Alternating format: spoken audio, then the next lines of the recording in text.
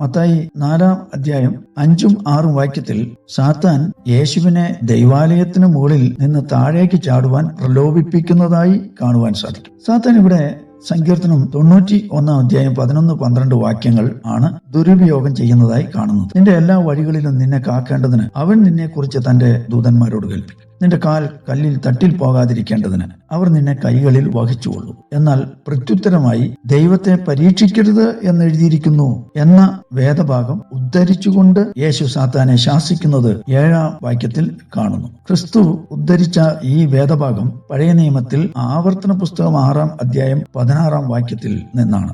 നിങ്ങൾ മസായിൽ വെച്ച് പരീക്ഷിച്ചതുപോലെ നിങ്ങളുടെ ദൈവമായ യഹോവയെ പരീക്ഷിക്കരുത്. ദൈവം സകല അപകടങ്ങളിൽ നിന്നും തന്റെ ഭക്തന്മാരെ തിരുവിഷ്ടപ്രകാരം സംരക്ഷിക്കുന്നു എങ്കിലും ദൈവം അങ്ങനെ ചെയ്യുമോ എന്ന് പരീക്ഷിക്കുന്നത് പാപമാണെന്നും ദൈവത്തിന്റെ ഇഷ്ടത്തിന് വിധേയത്വം പാലിക്കുകയും വേണം എന്ന് ക്രിസ്തു ഇവിടെ വ്യക്തമാക്കുന്നതായി നമുക്ക് മനസ്സിലാക്കാം.